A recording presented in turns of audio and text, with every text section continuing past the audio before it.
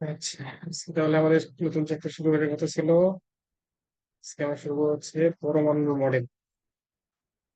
Chapter নামটা একটু লিখে দিয়ে আগে পরে।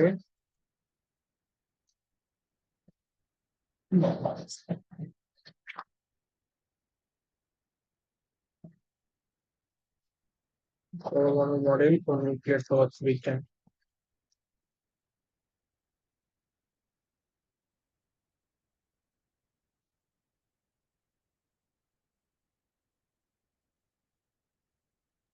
ভাইয়া আজকে আমার কথা কি শোনা যাচ্ছে? তো হ্যাঁ, শোনা যাচ্ছে তো আজকে? হ্যালো। হ্যাঁ হ্যাঁ, ও শোনা যাচ্ছে আজকে আচ্ছা না? ভাইয়া। আচ্ছা আচ্ছা। পরমাণু মডেল দেখো, এই চ্যাপ্টারে অনেক কিছু তোমরা গুণগত রসায়নে পড়ে আসছো। চ্যাপ্টার তোমাদের অনেক ইজি একটা চ্যাপ্টার। 2-3 দিনের মধ্যে দেখবা, সর্বোচ্চ 4 দিনের মধ্যে চ্যাপ্টার দেখবা শেষ হয়ে গেছে। কিন্তু ইম্পর্টেন্ট প্লাস হচ্ছে বোর্ড পরীক্ষা এখান থেকে মাস্ট সিরিজে একটা কমপক্ষে থাকবে। আচ্ছা দেখো, চ্যাপ্টারের দুইটা অংশ। একটা হচ্ছে, একটা অংশে যে পরমাণু মডেল নিয়ে আলোচনা করা আছে, আর সেকেন্ড অংশে তোমার হচ্ছে নিউক্লিয়ার পদার্থবিজ্ঞান নিয়ে হালকা পাতলা কিছু আলোচনা করা আছে।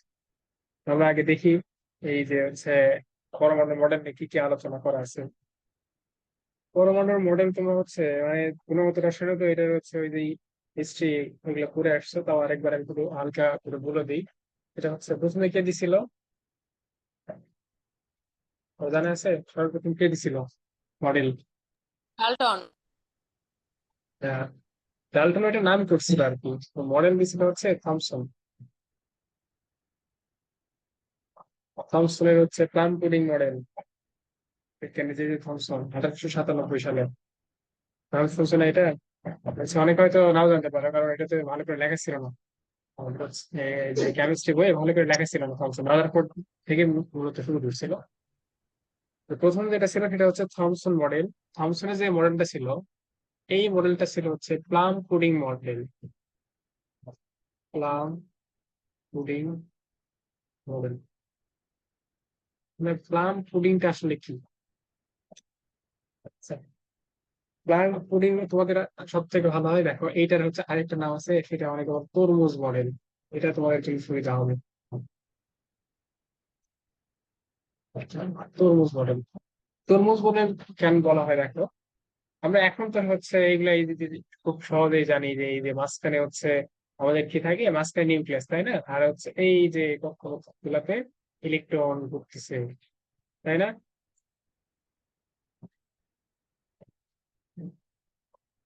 এটা তো এখন আমরা জানি, কিন্তু আগে তো এটা ছিল না, মানে যখন এই যে ধারণাগুলো ছিল না, তখন কেমন মানে প্রথম যিনি দেখছেন তিনি থমসন ছিল কেমন দেখো, এই যে মানে দেখছি শুধু যে ইলেকট্রন আছে। ও হ্যাঁ, এটা মনে রাখবা, এই 1897 সালে কিন্তু ইলেকট্রন আবিষ্কার হয়। ইলেকট্রন কিন্তু 1897 সালে আবিষ্কার হয়েছে। ঠিক আছে, থমসনই আবিষ্কার করছেন ইলেকট্রন। এটা একটু মনে রাখবা, এটা ইম্পর্টেন্ট একটা এমসিকিউ মেডিকেলের জন্য। দেখো, এই যে উনি শুধু জানেন যে এই যে পরমাণুর ভেতরে তখন কিন্তু হচ্ছে এই যে প্রোটন নিউট্রন এগুলো আবিষ্কার হয়নি, সবার আগে ইলেকট্রন আবিষ্কার হচ্ছে, মানে এগুলো আবিষ্কার হয়নি। 1897 সালে উনি যেটা দেখছে যে হ্যাঁ, মানে এই যে পরমাণু যেগুলো আমাদের আছে, এই পরমাণুর ভেতরে ইলেকট্রন আছে, কিন্তু কেমনে আছে তিনি মানে অতটা ভালো করে লক্ষ্য করতে পারেনি। তখন শুধু দেখছে কি, যে এই যে মনে করো হচ্ছে ছড়াই ছিটাই আছে।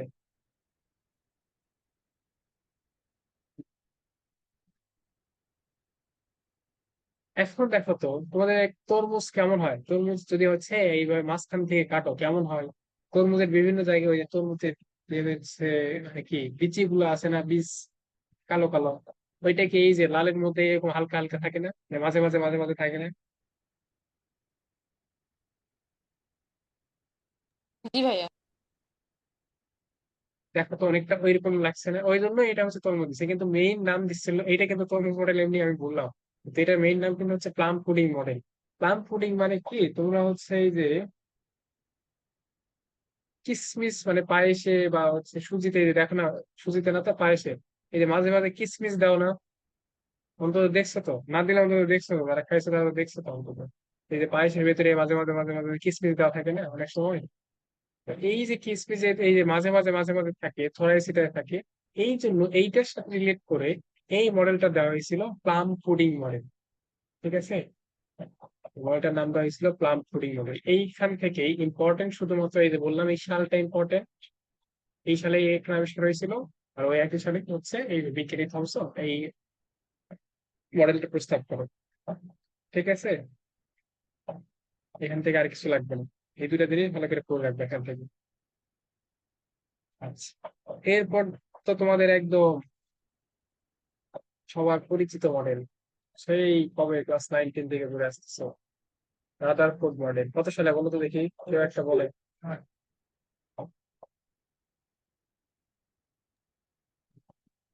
রাদারফোর্ড মডেল কত সালে দেয়? 1911। হ্যাঁ, রাদারফোর্ড 1911। 1911 সালে। 10, 11, 11, এটা খুবই ইম্পর্টেন্ট একটা এমসিকিউ। রাদারফোর্ড যে মডেলটা দিচ্ছে সেটা হচ্ছে 1911 সালে। রাদারফোর্ডের হচ্ছে মডেলের আরেকটা নাম কি? সৌর মডেল। বা হ্যাঁ, solar system model. Solar system model বা সৌর মডেল, এটা মনে রাখবা। আমি যেগুলো লাগবে সেগুলো বুঝছি, কারণ এইগুলো তোমরা জানো তো, ওগুলো হচ্ছে ওই জন্য অত বেশি কিছু ব্যাখ্যা করতেছে না। যেগুলো একটু লাগবে সেগুলো বলতেছে।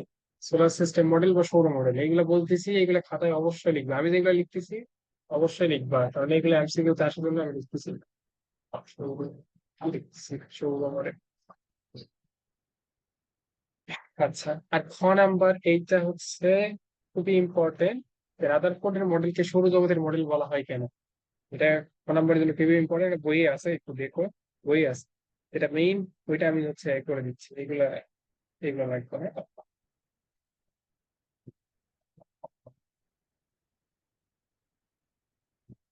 উম, হ্যাঁ, আচ্ছা, তারপরে পরমাণু মডেলে কি কি ইউজ করা হয়েছিল মনে আছে বলো তো দেখি, মানে পরীক্ষার ক্ষেত্রে। আলফা কোণা পরীক্ষা করা হয়েছিল, হ্যাঁ তার আগে তো আরেক একটা কোশ্চেন আছে। আলফা কোণা কি বলো তো দেখি, ক নাম্বারের কোশ্চেন এটা? আলফা কোণা হিলিয়াম কি? নিউক্লিয়াস। হিলিয়াম দ্বিধনাত্মক। নিউক্লিয়াস। হুম। হিলিয়াম।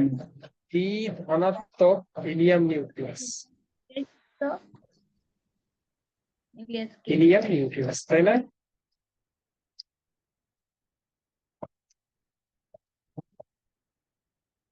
এটা খুবই ইম্পর্টেন্ট, করা রয়েছে। এটা কেমন দেখো, এই যে হিলিয়াম ছিল, তার কি বলছে দ্বি ধনাত্মক, মানে কত হবে? আচ্ছা, হিলিয়ামের তো হচ্ছে হট চার, এখন দ্বি ধনাত্মক মানে কি, এই যে 2+ আয়ন। ঠিক আছে, এইটাই হচ্ছে আলফা কণা। ঠিক আছে, তারপর, আচ্ছা, তাহলে এরপরে আমাদের আসবে কি, আলফা কণা পরীক্ষা। তারপরে আলফা কণা পরীক্ষা।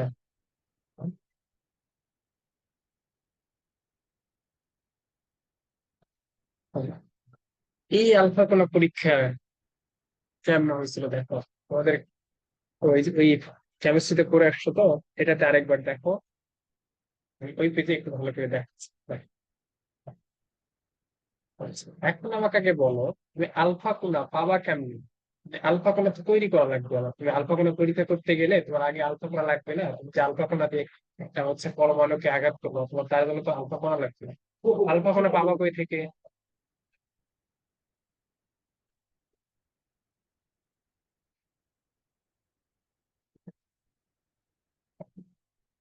কি হলো, কোনো কথা নাই কেন?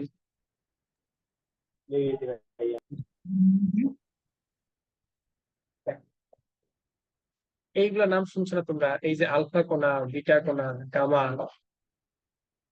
এগুলা কোন জায়গা থেকে তৈরি হয়, মানে কোন জায়গা থেকে এগুলো আসে?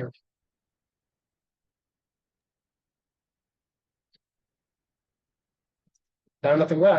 আচ্ছা ঠিক আছে, এখন এই যে আলফা জানি বিটা না। গামা এগুলো যেগুলো আমরা বলি না, হ্যাঁ,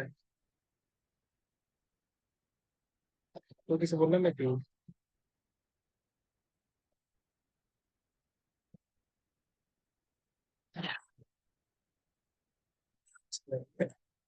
এই যে আলফা বিটা গামা এইগুলো আসলে তোমার তেজস্ক্রিয়তা পড়ছো না 9-10 হালকা, তোমাদের তো থাকার কথা, যে তেজস্ক্রিয় মৌল নাম শুনছো না? হ্যাঁ ভাইয়া। জি ভাইয়া। তেজস্ক্রিয় মৌল, তেজস্ক্রিয় মৌল কোনগুলাকে বলা হয় বলো তো দেখি? এই চ্যাপ্টারে আছে, এই চ্যাপ্টারে এইগুলাই আছে।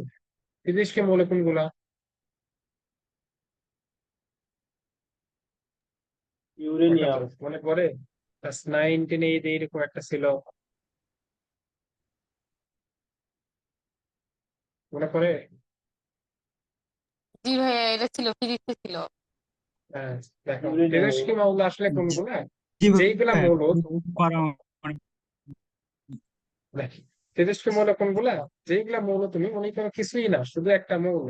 সাপোজ তুমি যদি কয়লা রাখো, কয়লা মানে কিন্তু হচ্ছে ধরো কার্বন, ঠিক আছে? কয়লা মানে হচ্ছে কার্বন। কার্বন যদি হচ্ছে কোনো জায়গায় রাখো, কোনো কি চেঞ্জ হবে? মানে তুমি 2 3 দিন পর যাওয়ার পর কি দেখবা কার্বনের কোনো কি চেঞ্জ হয়? যে এরকম রাখবো ওইরকমই তো থাকবে, তাই না? কিন্তু তুমি হচ্ছে যেমন ইউরেনিয়াম বা রেডিয়াম, থোরিয়াম, এইগুলা যদি তুমি হচ্ছে খোলা জায়গায় এইভাবে রাখো, খোলা যদি এই জায়গায় এইভাবে রাখো, এইগুলা থেকে অনবরত এই যে আলফা কোণা, বিটা কোণা, গামা কোণা এগুলো নিশ্চিত হয়, অনবরত হতেই থাকে। মানে এইগুলা নিজে থেকেই ধীরে ধীরে ধীরে ধীরে ভাঙতে থাকে, ঠিক আছে? মানে ওই যে হচ্ছে 9 10 দেখে আসছো চেইন রিয়াকশন, এটা ভাঙতেই আছে ভাঙতেই আছে। এই যে ক্রোমিয়াম আর হচ্ছে কি কি তৈরি হয়, বেরিয়াম আর হচ্ছে ক্রোমিয়াম সম্ভবত তৈরি হয়। তো দেখছো না, এই যে এটা ভাঙতেই থাকে, নিউক্লিয়ার জি ফিশন আর ভাইয়া, নিউক্লিয়ার ফিউশন বেরিলিয়াম আর বিক্রিয়া। ক্রোমিয়াম। হ্যাঁ, এই যে যেগুলা মৌল থেকে এইরকম হচ্ছে একা একা এর ভিতর থেকে আলফা কোণা, বিটা কোণা, গামা কোণা এইগুলা নিশ্চিত হয়, এইগুলা মৌলকে বলা হয় তেজস্ক্রিয় মৌল, ঠিক আছে? তো আলফা কোণা পরীক্ষা করার জন্য আমার তো তাহলে কিছু একটা লাগবে, তেজস্ক্রিয় কোনো একটা মৌল লাগবে, তাই না? এই জায়গায় যে তেজস্ক্রিয় মৌলটা ইউজ করা হয়েছিল, দেখাবো, দেখাই এটা, চিত্রটা দেখাই, পরে অন্যভাবে চিত্রটা দেখাই। এই যে চিত্র তোমাদের এই এত কঠিন চিত্র আঁকাইতে হবে না, কিন্তু তোমরা শুধু দেখে রাখো।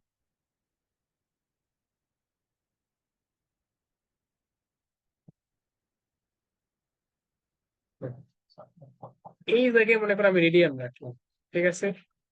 রেডিয়াম রাখছি। আর রেডিয়াম যদি আমি রাখি, দেখো তো এই জায়গা থেকে কি অনবরত আলফা বিটা গামা কি বের হতে থাকবে না?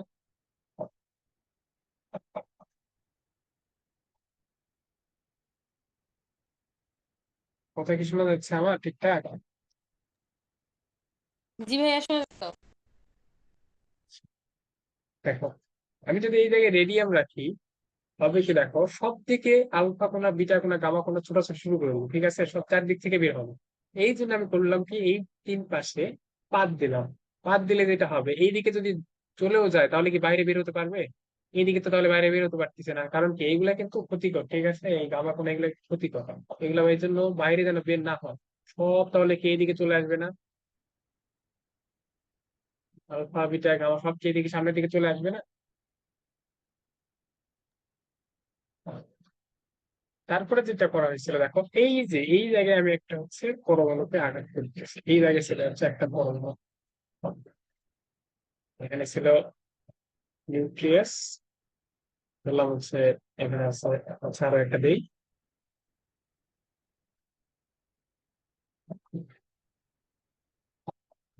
এইগুলা এইগুলাতে আমরা ইলেকট্রন আছে, এখানে একটা ইলেকট্রন, এখানে একটা ইলেকট্রন, এই জায়গায় ইলেকট্রন। যাই হোক এইগুলা তখন দরকার নাই। দেখো মনে করো এইরকম হচ্ছে একটা স্ট্রাকচার ছিল, পরমাণু ছিল। এর পিছনে কি দেওয়া হয়েছিল মনে আছে কারো? এর পিছনে এইরকম একটা পাত দেওয়া হয়েছিল, কিসের পাত ছিল বলো তো দেখি?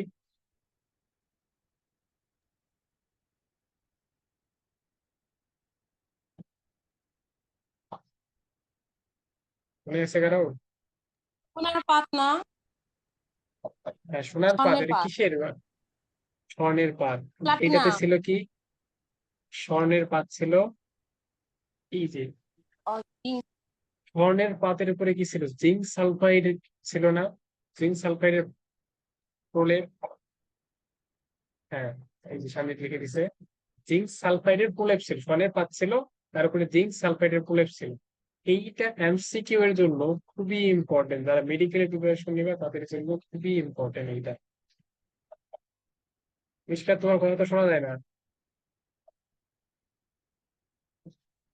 আচ্ছা, দেখো এইটা এমসিকিউ থেকে কেমনে আসে দেখো, কনফিউজ করার জন্য দিবে প্রথম অপশন দিবে জিঙ্ক সালফেট, পরে দিবে জিঙ্ক সালফাইড। এটা দেখবে ক নম্বরে এইটা আছে আর এটা পরে আছে খ গ বা এইদিকে দিবে। তোমার মাথায় দেখবা ক নম্বরে জিঙ্ক এস দেখবা সাথে সাথে এটা মেরে দিবে, মানে এই ভুলটা প্রচুর হয়। ঠিক আছে, এটা একটু খাতায় লিখে রাখবা। আর স্বর্ণের পাতের হচ্ছে পুরুত্ব কত ছিল, সরি জিঙ্ক সালফাইডের হচ্ছে পুরুত্ব কত ছিল,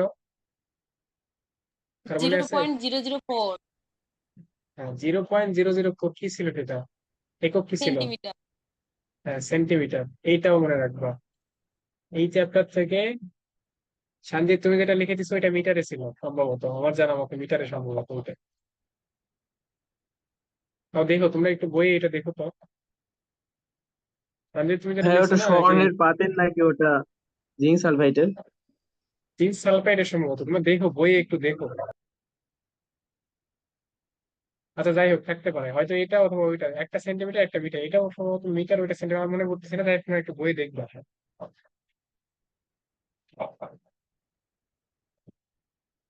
এগুলো একটু বই দেখবা, আমি অনেকদিন আগে পড়ছি, ওইগুলো মানগুলো যে মনে আছে। দেখো যেটা হয় দেখো, আর কেমিস্ট্রি তোমাদের হচ্ছে ইম্পর্টেন্ট কোশ্চেন। তো এইটা হচ্ছে অনুপ্রভা সৃষ্টিকারী পদার্থ। অনুপ্রভা কি, কেমিস্ট্রির জন্য বললাম, ফিজিক্স এটা লাগবে না, কেমিস্ট্রিতে লাগবে এটা। দেখো মেইন পড়ায় আসো, মেইন পড়ায় ভাইয়া কি ছিল ওটা আমাদের হচ্ছে দেখো। ভুল হয়েছে একটু, ওটা ভুল হয়েছে একটু। ওটা হচ্ছে নিচেটা হবে সেন্টিমিটার। আচ্ছা আচ্ছা, তাহলে এটা হবে না। দেখো, আচ্ছা, দেখো এইটা থেকে যদি আলফা কোণা যায়, হয়েছিল কি যে এই যে আলফা কোণাগুলো যাচ্ছে, চলে যায়, এগুলা হচ্ছে যাওয়ার পরে এই জায়গায় যাই আলো সৃষ্টি করো। ঠিক আছে, এগুলো অনুপ্রভা সৃষ্টিকারী পদার্থ তো, এইগুলা যাওয়ার পরে হচ্ছে আলো সৃষ্টি করো এখানে। সব যতগুলো ছিল সব জায়গায় এভাবে আলো সৃষ্টি হবে। এই এই জায়গায় যাই আলো সৃষ্টি করতেছে। প্রায় যদি 20,000টা দেওয়ার পরে দেখা গেল মোটামুটি 20,000টার মধ্যে একটা আলফা কোণা এই যে বিপরীত দিকে ফিরে আসে। ঠিক আছে, 20,000টা আমি দিলে মোটামুটি একটা ফিরে আসে। এই একটা তাহলে ফিরে আসলো কেন, তখন এই রাদারফোর্ড হচ্ছে চিন্তা করছে যে এই একটা তাহলে ফিরে আসলো কেন, ঘটনা কি এখানে, ফিরে আসবে কেন? তখন দেখো বিজ্ঞানী রাদারফোর্ড কি কি আমাদের হচ্ছে বলছিল, দেখো আমি একটু পাশে লিখে দিই, এগুলো ইম্পর্টেন্ট। প্রথম কথা বলছিল যে পরমাণুর এই যে বেশিরভাগ অঞ্চলই ফাঁকা, তাই না? বেশিরভাগ অঞ্চলই ফাঁকা।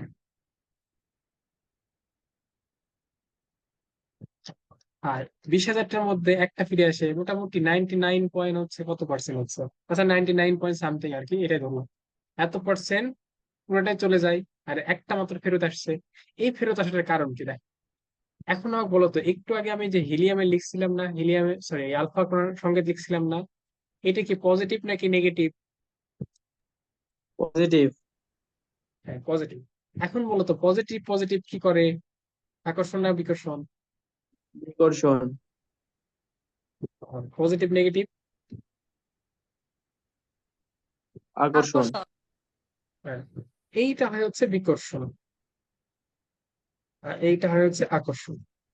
এখন তাহলে দেখো এই একটা ফিরে আসার কারণ কি, এইটা তাহলে বিকর্ষণ ঘটছে, এই একটা আলফা কোণা যে আলফা কোণাটা ফিরে আসলো, এটা কোনো এক জায়গায় বিকর্ষণ হয়েছে, হওয়ার পরে ফিরে আসছে। তখন বিজ্ঞানীরা তখন বলছে যে এই যে এইটা যেটা ছিল, এই রেটা মাঝামাঝি যেটা ছিল এইটা ফিরে আসছে, এইটা তাহলে মাঝখানে কিছু একটা ধনাত্মক আছে, তাহলে পরমাণুর মাঝে ধনাত্মক কিছু একটা আছে। বিজ্ঞানীরা কখনো হচ্ছে বলছে যে ধনাত্মক কিছু একটা আছে, তো ধনাত্মক কিছু একটা আছে, তারপরে তিনি এটার নামকরণ করছে নিউক্লিয়াস। ঠিক আছে, প্রোটন কত সালে আবিষ্কার হয়, কারো জানা আছে? 1911 সালে। হ্যাঁ 1911 সালে, এইটার সাথে সাথে প্রোটন জি আবিষ্কার ভাই, উনিশশো হয়েছে। এগারো ঠিক আছে, হ্যাঁ। সালে। 1911। আর নিউটন কত সালে?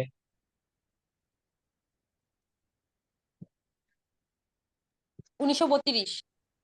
হ্যাঁ, 1932 সালে। কে করছিল? হ্যাঁ। এই যে বিজ্ঞানী চ্যাডউইক আবিষ্কার করছে 1932 প্রোটন করছে হচ্ছে রাদারফোর্ড। এগুলো এমসিকিউ এই হ্যাঁ, চ্যাপ্টার থেকে এমসিকিউ আসে। যাই হোক, ঠিক আছে, বোঝা গেছে।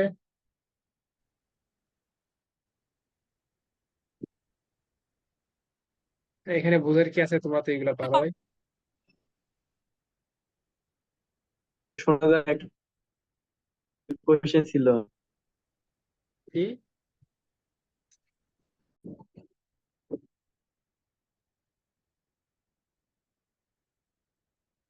আমার নেট চলে গেছিল তো, কে আর জানি কি নেট বলতেছে। প্রবলেম ভাই। আমার নেট সমস্যা হয়েছিল, নেট চলে গেছিল, ওটা অ্যাড করলাম সমস্যা নাই। কি বলতে চাইলাম? ভাই আমি বলতেছিলাম ওই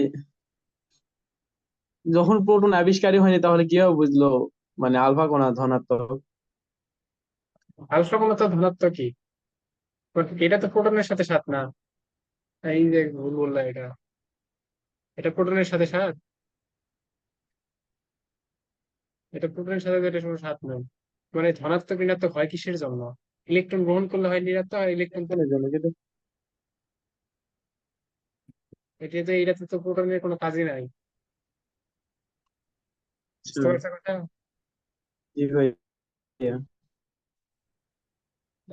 এখান থেকে আর কিছু লাগবে না আমাদের।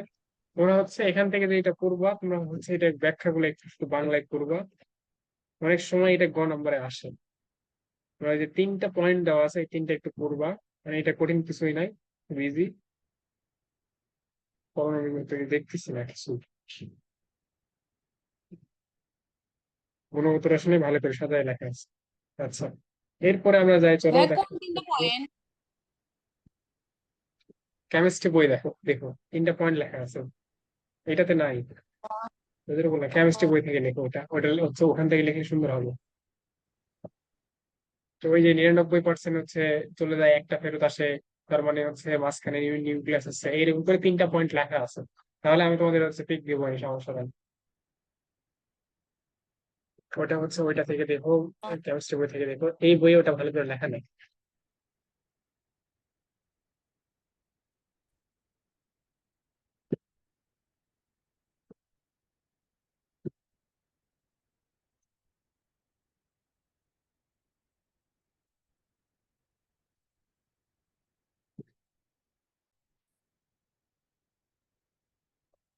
চলে যাচ্ছে, আপনার এমবি তাও অনেক চলে যাচ্ছে, কি একটা অবস্থা।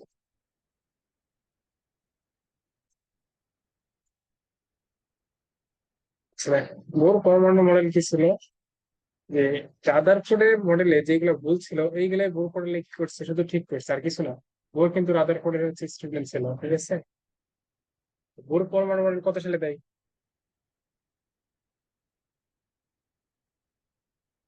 1913 সালে। 1913। 1913।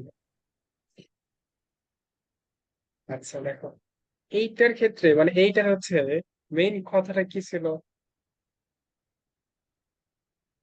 এইটা শুধু মেইন এইরকম ছিল।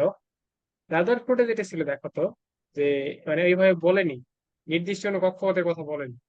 বলছে সৌরজগৎ, সৌরজগৎ হলে কি হয়?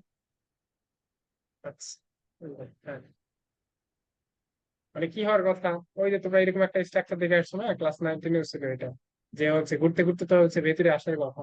মানে রাদারফোর্ডে শুধু বলা ছিল ওইটুকু, যে একটা হচ্ছে মাঝখানে নিউক্লিয়াস আছে, আর চারদিকে হচ্ছে ইলেকট্রন আছে, ঠিক আছে।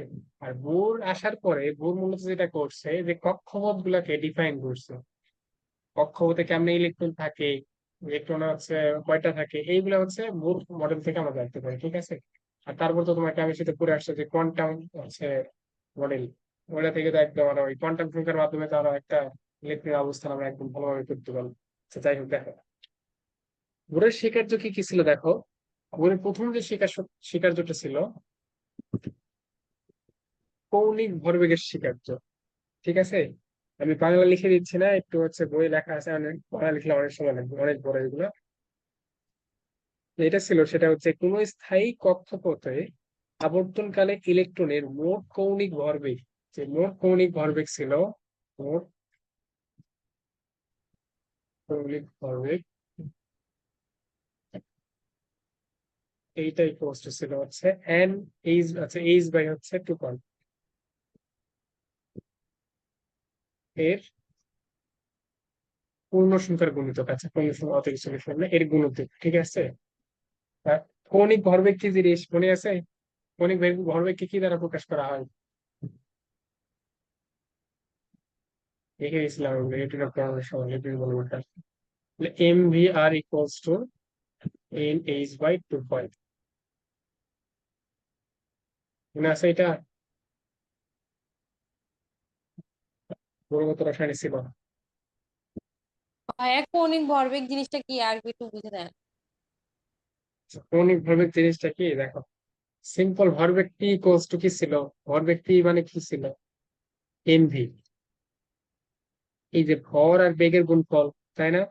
আচ্ছা, এখন কৌণিক যখন আসে, ওটা একটা বস্তু, ইলেকট্রনের কথাই বলছি, এখন ইলেকট্রন কি এরকম বৃত্তাকার পথে করে না? আচ্ছা, একটা বস্তু যখন বৃত্তাকার পথে করে, তখন এখানে একটা পয়েন্ট নিয়ে আমি বেটার হবে।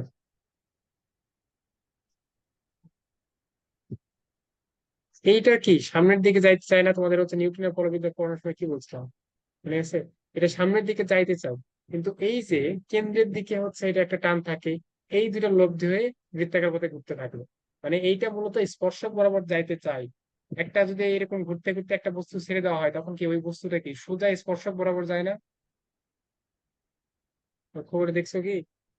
আচ্ছা, একবার দাও, এত কিছু বাদ দাও, দেখো এই জায়গায় যেটা হয়, ভরবেগ ঠিকই আছে, ভরবেগ যেটা এমভি আছে না, এই ভিটা কোন দিকে কাজ করতেছে? এই যে ভি হচ্ছে এই দিকে, হচ্ছে ভির বেগটা, ঠিক আছে। আর আর এর বেগটা হচ্ছে এই দিকে। বুঝতে পারছো কথা?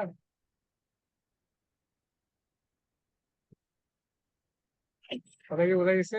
আর ওর কথা নাই কেন? ভাইয়া দিক কোন বললেন আর একটু বলেন তো কোন দিক? দেখো, এই যে একটা বস্তু যখন হচ্ছে বৃত্তাকার পথে ঘোরে, তখন তার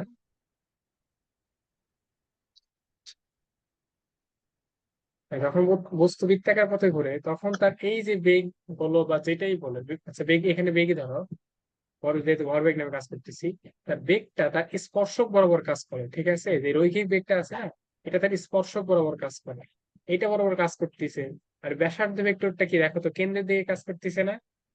এখন এই দুটো যদি আমি ক্রস গুণফল করি, তাহলে এম ভি আর আর, এটা ক্রস গুণফল করি, ক্রস গুণফলে কি আসে, সাইন না কস?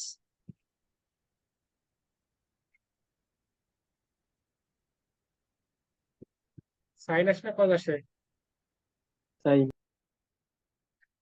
সাইন। এখন আমার বলো তো দেখি, এই জায়গায় ভি আর আর এর মধ্যবর্তী কোণ কত?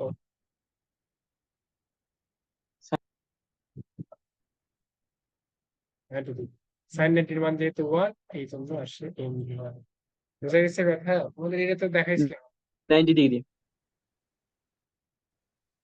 নিউটনের বলের ভিতরে দেখাইছিলাম তো এটা।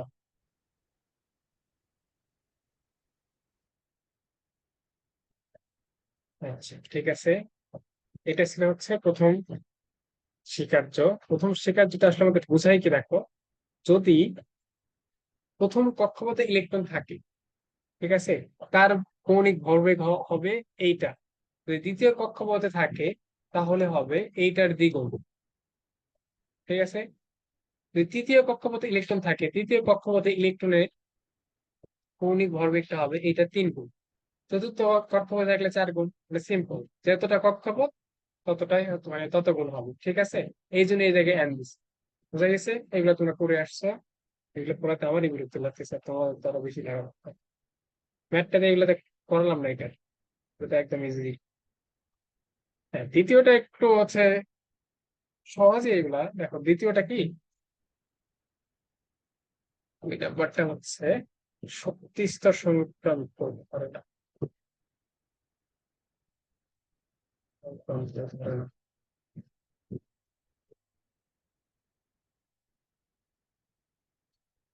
আচ্ছা, এইটাই হচ্ছে রাদারফোর্ড আর এর মধ্যে হচ্ছে মেইন ডিফারেন্স। রাদারফোর্ডে কিন্তু কোনো কক্ষপথের কথা বলেছিল, আর বোর পরমাণু মডেলে এই যে নির্দিষ্ট কক্ষপথ, এই যে একটা কক্ষপথ, দুইটা কক্ষপথ, তিনটা কক্ষপথ, ঠিক আছে, এইটাই হচ্ছে মানে মেইন ডিফারেন্স রাদারফোর্ড আর হচ্ছে বোরের পরমাণু মডেলের মধ্যে। এইগুলো একটু পড়ে নিবা, আমি এটাতে তেমন কিছুই দেখতেছি না। 3 নাম্বারটা হচ্ছে, হ্যাঁ, এইটা একটু দেখতে হবে, দেখো। আচ্ছা,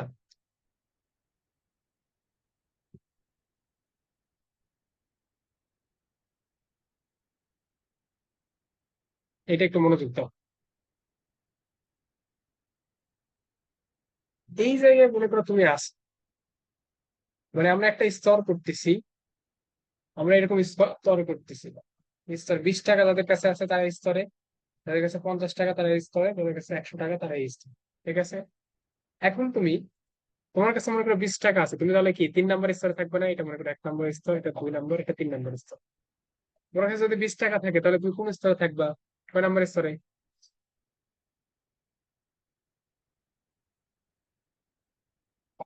তৃতীয় স্তরে। হ্যাঁ। এখন তোমার হচ্ছে ইচ্ছা তুমি 2 নাম্বার স্তরে যাবা। তোমার 2 নাম্বার স্তরে যাওয়ার জন্য কি দরকার অতিরিক্ত?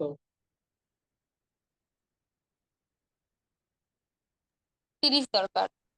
হ্যাঁ, অতিরিক্ত 30 টাকা আমার দরকার, তাহলে আমি 2 নাম্বার যাইতে পারবো। তাহলে কারো থেকে তোমার 30 টাকা নিতে হবে। কোনো কিছু নেওয়া মানে কি শোষণ না বিকিরণ?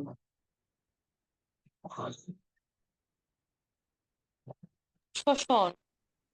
হ্যাঁ, তাহলে দেখো এই ইলেকট্রনের ক্ষেত্রে সেম, নিম্ন স্তর থেকে যখন উচ্চ স্তরে ইলেকট্রন যাইতে চায়, ওই যে তোমরা হচ্ছে পড়ে আসছো, দেখে ওই যে সূত্র 1/λ আর ইস 1/n1² মাইনাস 1/n2², এই সূত্রটা করে আসছে। এটা আসলে কেমনে হয়েছে? এটা আসলে হতে কেমনে দেখো, ইলেকট্রন যখন নিচের কক্ষপথ থেকে উপরের কক্ষপথে যাইতে চায়, যখন এরকম উপরের কক্ষপথে যাইতে চায়, তখন যেটা করতে হয়, তখন হচ্ছে শক্তি শোষণ করতে হয়। ঠিক আছে, শক্তি করতে হয় শোষণ, এটা ভালো করে মনে রাখবা। আর যখন উপর থেকে নিচে আসে তখন কি তাহলে করতে হবে?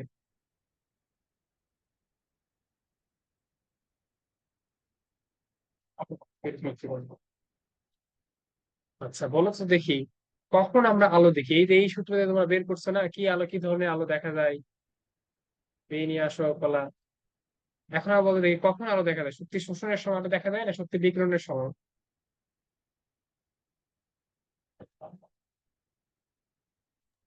বিকিরণের সময়। হ্যাঁ, এইটা খুবই ইম্পর্টেন্ট এমসিকিউ, এই জন্য বললাম। শক্তি শোষণের সময় কিন্তু কোনো আলো দেখা যায় না, ঠিক আছে? ওই সময় যেটা হয় সেটা হচ্ছে সাদা কালো, এটা তো আলো না। শক্তি বিকিরণের সময় কিন্তু হচ্ছে আলো দেখা যায়। এটা এটা ভালো করে পড়বা।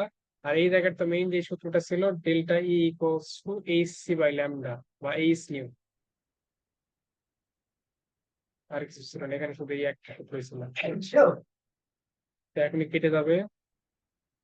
এরপর আমরা আসল পড়ায় আসবো, এতক্ষণ তো এগুলো একদম সিম্পলই ছিল, আমাদের কিছু ছিল না।